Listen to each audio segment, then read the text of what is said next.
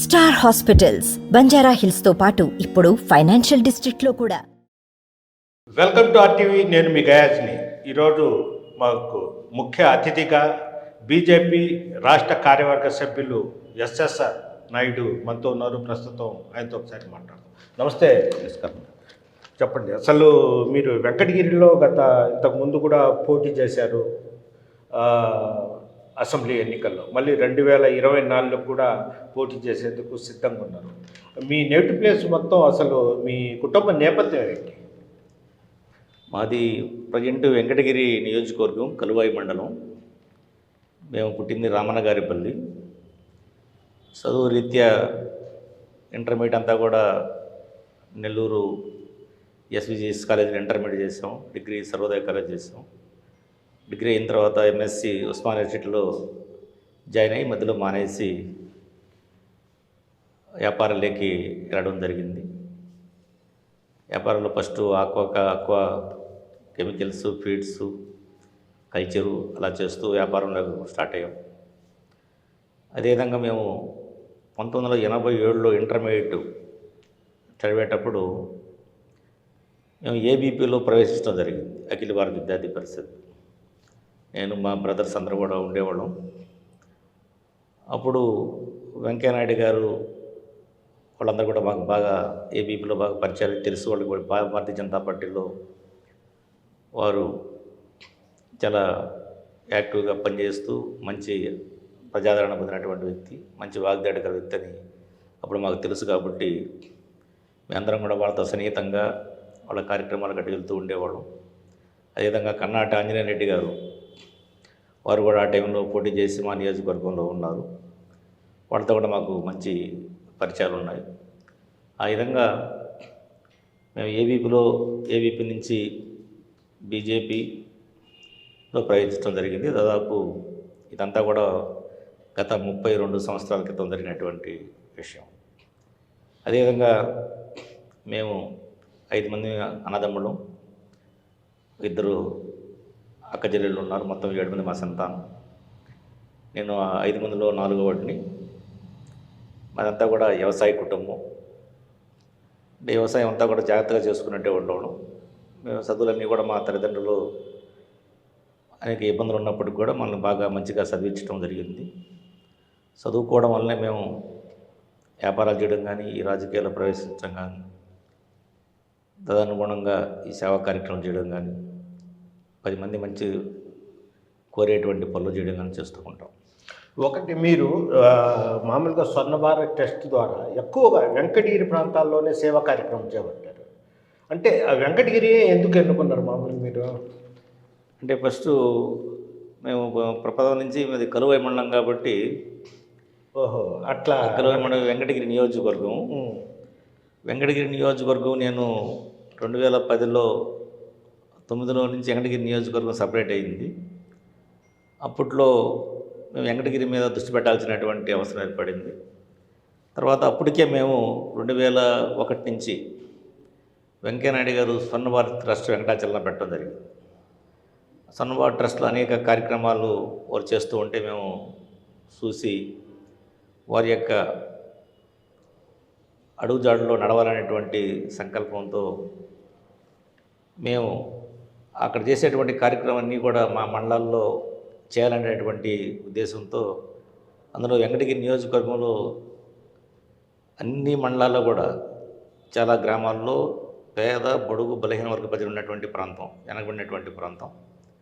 ఆ ప్రాంతంలో మనం ట్రస్ట్ ద్వారా కార్యక్రమాలు తీసుకెళ్తే వాళ్ళందరికీ ఉపయోగపరంగా ఉంటుందనేటువంటి ఉద్దేశంతో స్వర్ణ భారత ట్రస్ట్లో చేసేటువంటి కార్యక్రమాలన్నీ కూడా వెంకయ్యనాయుడు గారు కానీ, వెంకయ్యనాయుడు గారి కుమార్తె దీపా వెంకట గారు కానీ వారి యొక్క సహాయ సహకారాలతో మేము ఆ నియోజకవర్గంలో తీసుకెళ్ళడం జరిగింది. ముఖ్యంగా చాలా ఆపరేషన్ చేయించేవాళ్ళం. కంటి ఆపరేషన్ దాదాపు 169 మెడికల్ క్యాంపులు పెట్టాము. అంటే మెడికల్లో క్యాంపులు పెట్టడం, కంటి వైద్య శిబిరాలు ఏర్పాటు చేయడం, అక్కడ ఆయా అడ్వర్టైజ్మెంట్స్ కావచ్చు, వాళ్ళకి మెడిసిన్స్ కావచ్చు అని మేము ఇచ్చేవాళ్ళం. అక్కడి నుంచి వాళ్ళకి ఏమైనా ఆపరేషన్ అవసరం అయితే వాళ్ళని వ్యానుల్లో సన్నబాటు ట్రస్ట్ తీసుకొచ్చి అక్కడ కంటి ఆపరేషన్ చేయించేవాడు. ఆ విధంగా గత 10 సంవత్సరాల నుంచి ఇప్పుడు వరకు 13,000 చిల్లర ఆపరేషన్లు ఈ వెంకటగిరి నియోజకవర్గంలో కలువాయి కావచ్చు, రాపూర్ కావచ్చు, సైదాపురం, బాలాయపల్లి, డక్కిలి, వెంకటగిరి రోడ్లు, ముఖ్యంగా వెంకటగిరి టౌన్లో అంటే వాళ్ళు ఎక్కువ మంది ఇక్కడ చేనేత సంబంధించినటువంటి వారు ఉంటారు. వారు ఈ చేనేత సంబంధించిన వాటిలో ఎక్కువ ఈ కాటన్ సంబంధించినటువంటి పరిశ్రమ కాబట్టి ఆ దుమ్మంతా కూడా కళ్ళ మీద పడి వాళ్ళకి కంటికి సంబంధించినటువంటి ఎక్కువ ఎఫెక్ట్ అయ్యేది. వాళ్ళకి ఎక్కువ ఆపరేషన్ కావాల్సిన అవసరం ఉంది.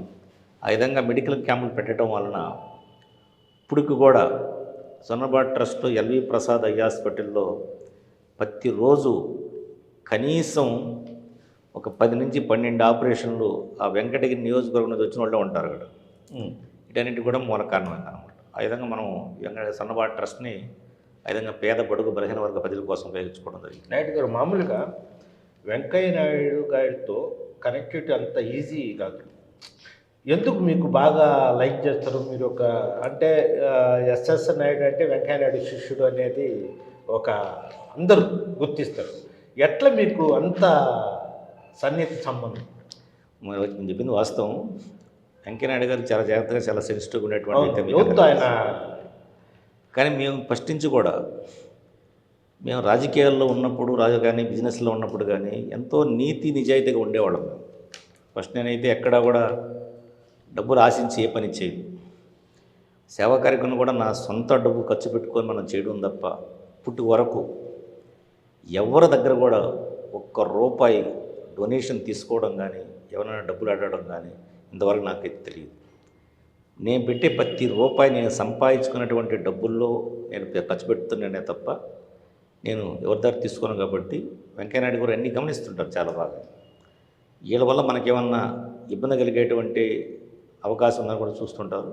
కానీ ఎక్కడా కూడా మన పొరపాట్లను నీతి నిజాయితీగా మేము ఉంటాం. కాబట్టి వెంకయ్యనాయుడు గారు కూడా మేమైనా పని చెప్తే తప్పకుండా ఆ పని చేసి మాకు ఉపయోగపడేటువంటి వ్యక్తి వెంకయ్యనాయుడు గారు. మేము కనీసం ఈ స్థాయిలో రాజకీయాల్లో ఉండగలిగిన, మన సేవా కార్యక్రమం చేయగలిగిన దీనికి మాకు వెంకయ్యనాయుడు గారి యొక్క పూర్తి సహాయ సహకారాలు, అదేవిధంగా సన్నబాటు ట్రస్ట్లో దీపా వెంకట గారి వల్లనే మేము అనేక కార్యక్రమాలు వెంకటగిరి నియోజకవర్గంలో చేయగలుగుతున్నాను కూడా ఈ సందర్భంగా మేము తెలియజేస్తాం. ఒకటి, మీరు ఇంతకుముందు కూడా వెంకటగిరి నుంచి పోటీ చేశారు బీజేపీ తరఫు నుంచి. మళ్ళీ 2024 పోటీ చేయబోతున్నారా? మళ్ళీ పోటీ చేయాలని నేను బాగా తిరుగుతూ ఉన్నాం. దాంట్లో గత 10 సంవత్సరాల నుంచి నేను నిరంతరం వెంకటగిరి నియోజకవర్గంలో ఎస్సీ, ఎస్టీ, బీసీ, మైనార్టీ కాలనీలలో అన్ని గ్రామాల్లో చేస్తూ ఉంటాం. నా దగ్గరికి ఎవరు వచ్చినా పార్టీలకు అతీతంగా, వాళ్ళు గతంలో తెలుగుదేశంలో ఉండొచ్చు, వైసీపీలో ఉండొచ్చు, వాళ్ళు ఎస్సీ కావచ్చు, ఎస్టీ కావచ్చు, బీసీ కావచ్చు, కులాలు కానీ అసలు దగ్గర కూడా ప్రస్తావనే రానియను. అందరూ కూడా సమానంగా చూసేటువంటి వ్యక్తిని నేను. ఎందుకంటే నేను చిన్నప్పటి నుంచి రాజకీయాల్లో ఉండటం, అందులో నేను చేసేటువంటి వృత్తి కాంట్రాక్ట్ ఫీల్డ్, అందరితో మమేకం అవ్వడం చేస్తుంటాం. కాబట్టి అందరూ కూడా కలుపుకొని పోవాలనేటువంటి ఉద్దేశంతో నేను సేవా కార్యక్రమం చేస్తుంటాను. దానివల్లనే మేము ప్రజల్లో మంచి ఆదరణ కూడా వస్తుందంటే ఇదే కారణం అని చెప్పి నేను అనుకుంటున్నాను. అంటే మామూలుగా వైఎస్ఆర్సీపీ నుంచి నేదురుమల్లి రామ్ కుమార్ రెడ్డి, అంటే వాళ్ళ ఫాదరు సీఎంగా పనిచేశారు, వాళ్ళ మదరు మంత్రిగా పనిచేశారు. ఇటు చూస్తే టీడీపీ కొరకొండ రామకృష్ణ 2 సార్లుగా అంటే 10 సంవత్సరాల పాటు ఆయన ఎమ్మెల్యేగా పనిచేశారు. ఎట్లా హేమాహేమిలో వాళ్ళతో మీరు మోడ్కోగలరా? ఇప్పుడు రామ్ కుమార్ రెడ్డి గారు 2014లో కాంగ్రెస్ తరఫున పోటీ చేశారు. అప్పుడు నేను ఇన్ఛార్జి బాధ్యతలు తీసుకున్నాను వెంకటగిరి నియోజకవర్గం. నాకు బాగా స్పష్టంగా తెలుసు. వారు ఆ ఎలక్షన్లో ఓడిపోయిన తర్వాత ఈ 2023 జనవరి వరకు ఎక్కడ అతను ప్రజలకు అందుబాటులో ఉండడం కానీ, అదేవిధంగా ఎవరన్నా ఫోన్ చేస్తే ఫోన్ కూడా ఎత్తుకోరు అనేటువంటి అభియోగం ప్రజల్లో ఉంది, వాళ్ళ కార్యకర్తల్లో కూడా ఉంది. వీళ్ళందరూ కూడా ఈ ప్రజలకు సేవ చేసేటువంటి ఉద్దేశం వాళ్ళకి ఎక్కడా నాకైతే కనిపించడం లేదు. వాళ్ళు ఏదో మా నాన్న రాజకీయం చేశారు, మా నాన్న సీఎం ఉన్నాడు, మా అమ్మ మినిస్టర్ ఉంది, వాళ్ళని చూసి మాకు ఓటేస్తారు అనుకుంటున్నారు, జగన్మోహన్ రెడ్డి చూసి ఓటేస్తారు అనుకున్నారు. కానీ ఇప్పుడు పబ్లిక్లో కూడా ఇప్పుడు ఆలోచన శక్తి బాగా పెరిగింది.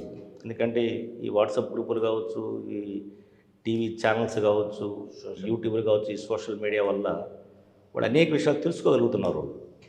నేను ఏ గ్రామానికి వెళ్ళినా వాళ్ళు ఎస్సీలు కావచ్చు, ఎస్టీలు కావచ్చు, బీసీలు కావచ్చు, ఓసీలు కావచ్చు, ఏ పార్టీలో ఉండొచ్చు. ఆ గ్రామానికి వెళ్తే అందరు నా దగ్గరకు వస్తారు. సార్ మీకు ఈసారి మేము అండగా ఉంటాం, గతంలో మేము మీకు ఎక్కువ ఓటింగ్ చేయలేకపోయాం, అప్పుడు మాకు పెద్ద అవగాహన లేదు, ఇప్పుడు మీలాగా పనిచేసేటువంటి వ్యక్తి మాకు అందుబాటులో ఎవరో లేరు మీరు తప్ప, ఈసారి తప్పకుండా మేమందరం కూడా మిమ్మల్ని సపోర్ట్ చేసి మీకు గెలిపిస్తామని చెప్తున్నారు. అది చాలా సంతోషాన్ని కలిగిస్తుంది. ఆ ఉద్దేశంతో మేము ఎక్కువ కార్యక్రమాలు కూడా అందరికి ప్రజలకు ఉపయోగపడేటువంటి కార్యక్రమాలు చూస్తూ ఉన్నాం. నా అదృష్టవశాత్తు 2014లో భారతీయ జనతా పార్టీ కేంద్రంలో అధికారం రావడం, మన సింహపూరి ముద్దుపేట వెంకయ్యనాయుడు గారు కేంద్ర పట్టణాభివృద్ధి శాఖ మంత్రిగా ఉండడం, వారు వచ్చిన ప్రతిసారి మా వెంకటగిరి నియోజకవర్గంలో ఏ గ్రామంలో ఏ సమస్యలున్నా మేము ఆ గ్రామాలు పర్యటించినప్పుడు ఆ సమస్యను మా దృష్టికి తీసుకొస్తే ఆ అర్జీలన్నీ కూడా తీసుకొని, అర్జీలు కూడా రాయిని కూడా చేతకాకపోతే అక్కడే కూర్చొని నేను కానీ మా పిఎల్ దగ్గర కూడా రాయిపిచ్చి వాళ్ళ సంతకాలు పెట్టించుకొని అన్నీ కూడా వెంకయ్యనాయుడు గారికి ఇస్తే వెంకయ్యనాయుడు గారు ప్రతి ఒక్క అర్జీని పరిశీలించి అవి తప్పకుండా గవర్నమెంట్కి అధికారులకు పంపించేవారు. నేను కూడా కాంట్రాక్ట్ అన్ని విషయాలు నాకు తెలుసు కాబట్టి దాన్ని ఫాలోఅప్ చేయడం వల్ల ఆ మారుమూల మెట్ట ప్రాంతంలో ఉన్నటువంటి నీటి ఎత్తుగా ఉండేటువంటి పరిస్థితి. ఆ విధంగా NRDWP national rural drinking water program గుండా దాదాపు వెంకటగిరి నియోజకవర్గంలో 112 ఓవర్ హెడ్ ట్యాంకులు నిర్మించి వాటి ద్వారా వీధల్లో పైప్ లైన్ వేసి ప్రతి ఇంటికి కుళాయి ఇవ్వగలిగామంటే ఇది వెంకయ్యనాయుడు గారి వల్ల మాకు సాధ్యమైందని చెప్పి ఈ సందర్భంగా కూడా వెంకయ్యనాయుడు గారికి ప్రత్యేక ధన్యవాదాలు, అభినందనలు వెంకటగిరి నియోజకవర్గ ప్రజల తరపున నేను మీ ద్వారా తెలియజేస్తా ఉన్నాను. అంటే రామకృష్ణ చెప్పడం 10 ఏళ్లలో నేను డెవలప్ చేశానంటున్నాను. ఈయన చూస్తే ఈ 4 ఏళ్లలో ఇంతకుముందు మా ఫాదర్ వాళ్ళు చేశారు, నేదురుమల్లి జనార్దన్ రెడ్డి, ఇప్పుడు జగన్మోహన్ రెడ్డి ప్రభుత్వంలో నేను చాలా నిధులు తెచ్చి చేశానంటున్నాను. ఇది ఎంతవరకు కరెక్ట్ అంటారు? వాళ్ళ ఉద్దేశం ఏంటంటే ప్రజలకు ఏమీ తెలియదు.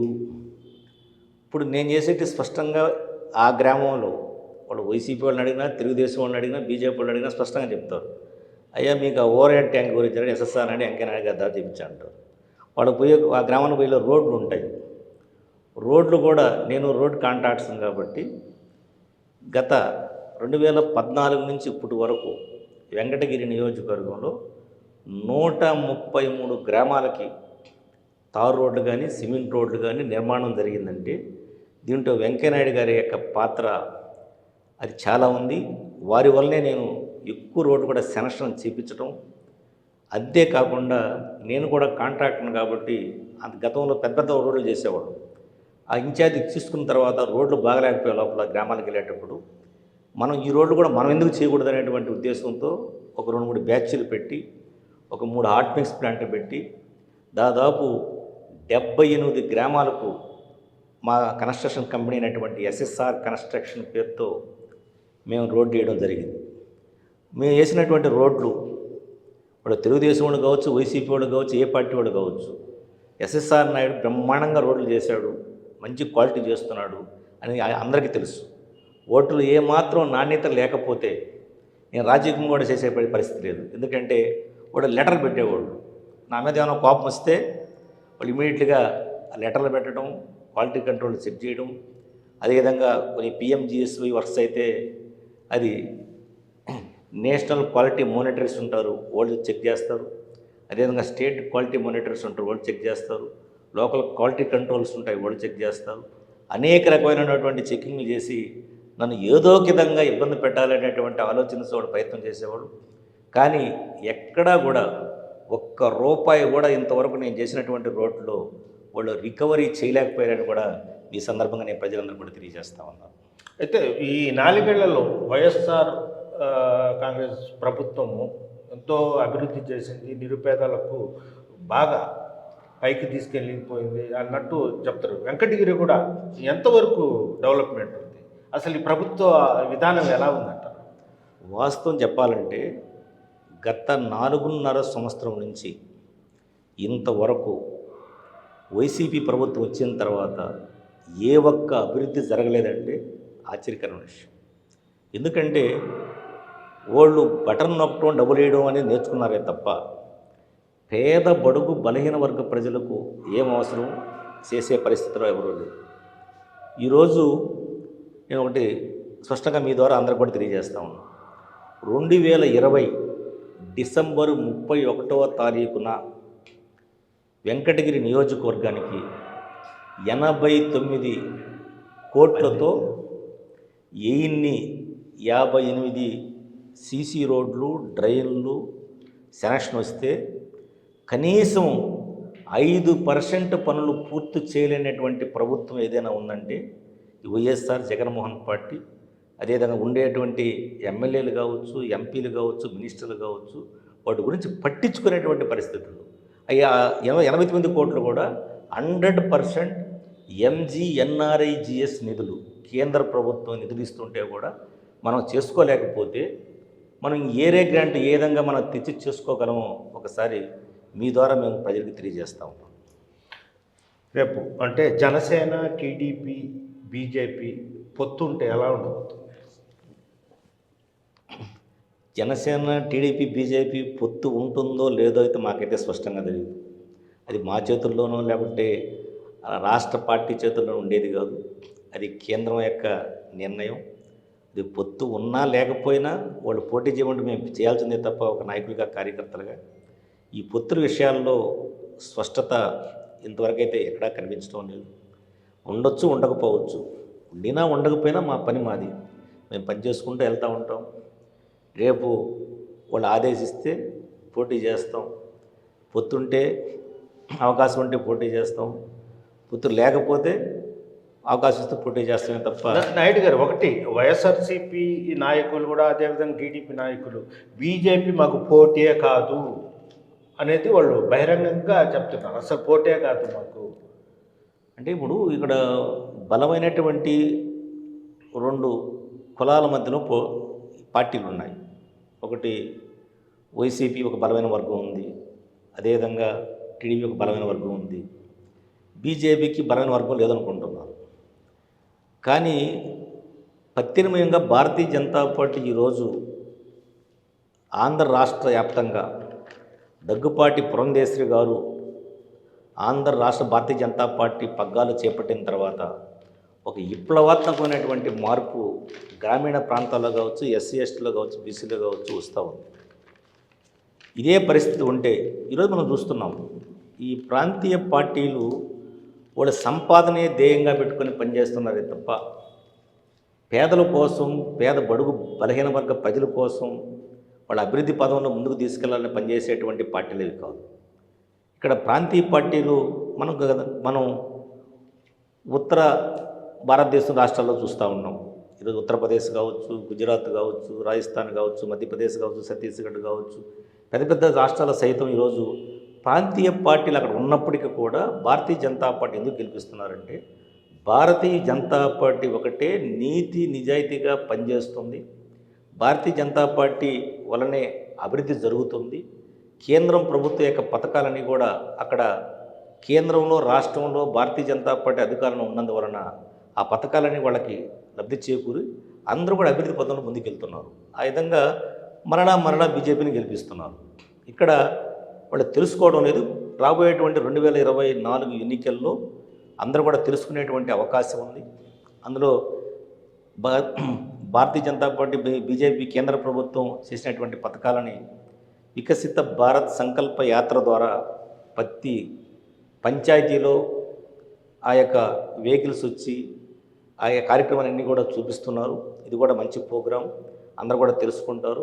భారతీయ జనతా పార్టీ నాయకులు, కార్యకర్తలు కూడా బాగా పనిచేస్తే 2024 ఎన్నికల్లో భారతీయ జనతా పార్టీ అనూహ్యంగా భారతీయ జనతా పార్టీ ఆంధ్రప్రదేశ్ను కైవసం చేసుకుని ఆశ్చర్యపోయినటువంటి అవసరం లేదని తెలియజేస్తాం.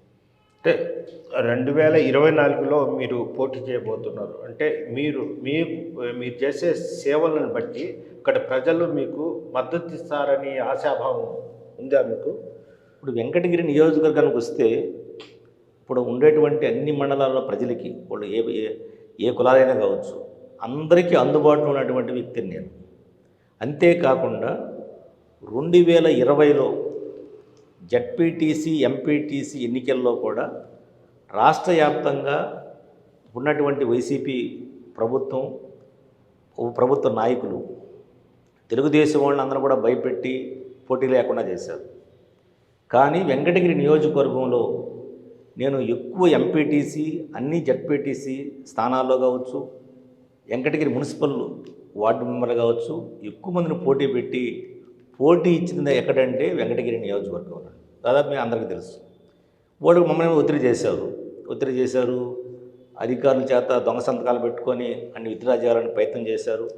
అది మేము గమనించి మా యొక్క క్యాండిడేట్ అందరూ కూడా మేము వీళ్ళందరినీ తీసుకెళ్ళి స్టేట్ ఎలక్షన్ కమిషన్ ఆఫీస్ దగ్గర తీసుకెళ్ళి అక్కడ మా రాష్ట్ర అధ్యక్షులు ఉన్నటువంటి కన్నా లక్ష్మీనారాయణ గారిని రమ్మని చెప్పి అన్ని అర్జీ రాసి స్టేట్ ఎలక్షన్ కమిషన్ ఆఫీస్ వారికి ఇచ్చి ఆ యొక్క వీడియోగా క్లిప్పింగ్లన్నీ కూడా రిటర్నింగ్ ఆఫీసర్కి పంపించి ఒక్కటి కూడా ఇతరా చేయడానికి అవకాశం లేకుండా చేసి అన్నీ కూడా కాపాడి తర్వాత మళ్ళీ పోస్ట్ పోన్ 2021లో ఎన్నికలు జరిగాయి. మాకు మంచి ఓటింగ్ వచ్చింది. గెలవలేకపోయినప్పుడు కూడా ఓటింగ్ శాతం గణనీయంగా పెరిగింది.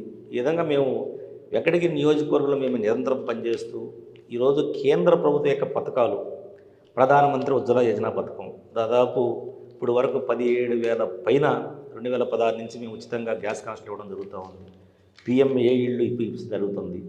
వెంకయ్యనాయుడు గారు అప్పుడు 2016 నవంబర్ 13వ తారీఖున వెంకటగిరికి వచ్చారు కృషి విజ్ఞాన కేంద్రం శంకుస్థాపనకి. అది కూడా వెంకయ్యనాయుడు గారికి ఇప్పించడం జరిగింది. ఆ సందర్భంగా 4,730 ఇళ్ళు వెంకటగిరి పట్టణంలో ఇవ్వడం జరిగింది. అదేవిధంగా 1824 TIDCO houses township and infrastructure development corporation ద్వారా ఇల్లు ఇవ్వడం జరిగింది. అది కాశీపేటలో రైల్వే స్టేషన్ నుంచి కాశీపేట దాకా 4 లైన్ రోడ్ వేయడం జరిగింది. స్కైవే అనేది ఆధునీకరణ కోసం ఎంజీఎన్ఆర్ నిధులను ఉపయోగించడం జరిగింది.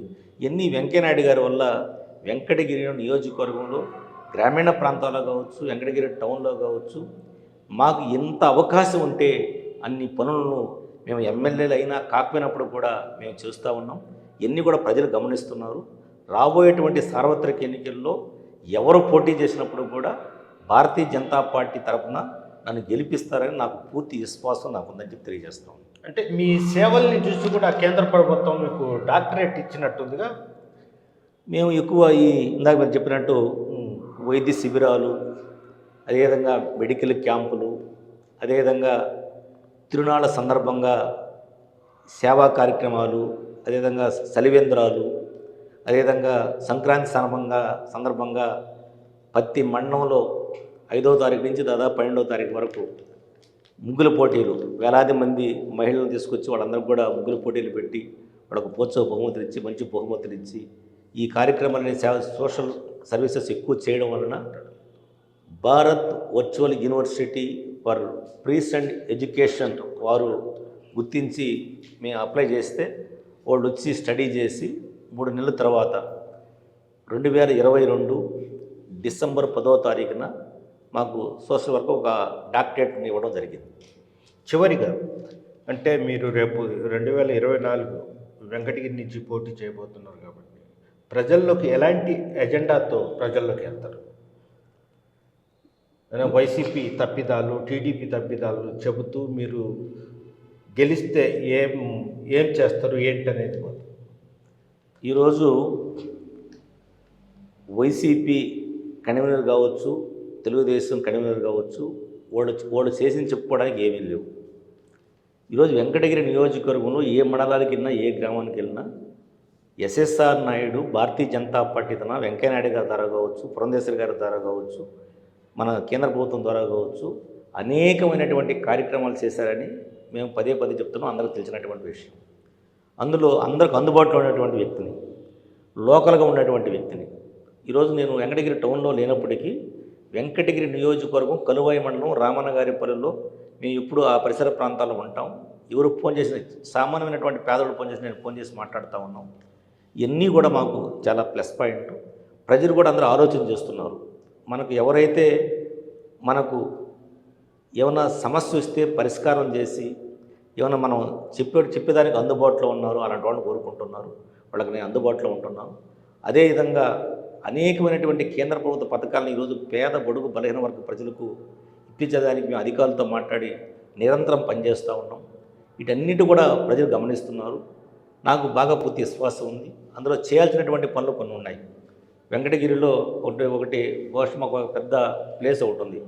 100 బెడ్డెడ్ సూపర్ స్పెషాలిటీ హాస్పిటల్ ఒకటి నిర్మించాల్సినటువంటి అవసరం ఉంది. అది కేంద్ర ప్రభుత్వంతో సాధ్యమవుతుంది. మేము రేపు ఎమ్మెల్యే గెలిస్తే తప్పకుండా అది వచ్చేదానికి అవకాశం ఉంది.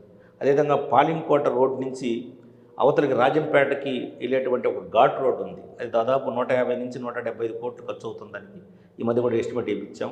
అది కూడా మేము పూర్తి చేసేటటువంటి అవకాశం ఉంది. వెంకటగిరి నియోజకవర్గంలో నేషనల్ హైవేస్ దాదాపు ఏర్పేట దగ్గర నుంచి ఇటు వెంకటరెడ్డిపల్లి దాకా, కుల్లూరు దగ్గర వెంకటరెడ్డిపల్లి దాకా నేషనల్ హైవేస్ ఉన్నాయి. ఆ చుట్టూ పరిసర ప్రాంతాల్లో కొన్ని ఫ్యాక్టరీలు తీసుకొచ్చేదానికి అవకాశం ఉంది. ఆ ఫ్యాక్టరీలు తీసుకొస్తే అక్కడ ఉన్నటువంటి పేద బడుగు బలహీన వర్గ ప్రజల కోసం ఆ ఫ్యాక్టరీ కనుక వస్తే చాలామందికి ఉపాధి పొందేటువంటి అవకాశం ఉంది. ఇవన్నీ కూడా మేము ప్రజల దృష్టికి తీసుకెళ్తున్నాం. అదేవిధంగా CJFS ల్యాండ్స్ చాలా పెండింగ్ ఉన్నాయి. అవన్నీ కూడా కేంద్ర ప్రభుత్వం అనుకుంటే క్లీన్ చేసేటువంటి అవకాశం ఉంది. ఆ ప్రాంతంలో మిగిలిపోయినటువంటి బీడు భూములు చాలా ఉన్నాయి. ఎవరైతే పేద బడుగు బలహీన వర్గ ప్రజలకు ఎవరికైతే ఇంతవరకు పొలాలు లేవో వాళ్ళందరికీ ఎకరాకి ఒక వ్యక్తికి ఒక కుటుంబానికి 2 ఎకరాల పొలాలు ఇచ్చి వాటికి బోర్లు మోటార్లు విద్యుత్ కనెక్షన్ ఇస్తే బ్రహ్మాండంగా పండించుకొని వాళ్ళందరూ కూడా అభివృద్ధి చేసేటువంటి అవకాశం ఉంది. ఇది కూడా మేము జనాల దృష్టికి తీసుకెళ్తాం. ఇప్పుడు చేసినటువంటి పథకాలు కావచ్చు, అదేవిధంగా వాళ్ళకి ఇచ్చినటువంటి ఓవరేడెడ్ ట్యాంకులు కావచ్చు, రోడ్లు కావచ్చు, ఒక సేవా కార్యక్రమాలు కావచ్చు, ఇవన్నీ కూడా వాళ్ళు గమనిస్తున్నారు. కాబట్టి తప్పకుండా అందరూ కూడా నాకు అవకాశం ఇస్తారు, ఈసారి నన్ను గెలిపిస్తారని చెప్పి నాకు విశ్వాసం పూర్తిగా ఉందని చెప్పి ఈ సమయం తెలియజేస్తాం. ఇది పరిస్థితి. వెంకటగిరి నియోజకవర్గంలో ఇటు వైఎస్ఆర్సీపీ అటు తెలుగుదేశం పార్టీ చేసింది అభివృద్ధి శూన్యము ఏం లేదు. అయితే తాను ఎంతో అభివృద్ధి కార్యక్రమాలు అదేవిధంగా సేవా కార్యక్రమాలు చేస్తూ వస్తున్నాను. కేంద్ర ప్రభుత్వం అది గుర్తించి డాక్టరేట్ కూడా ఇవ్వడం జరిగింది.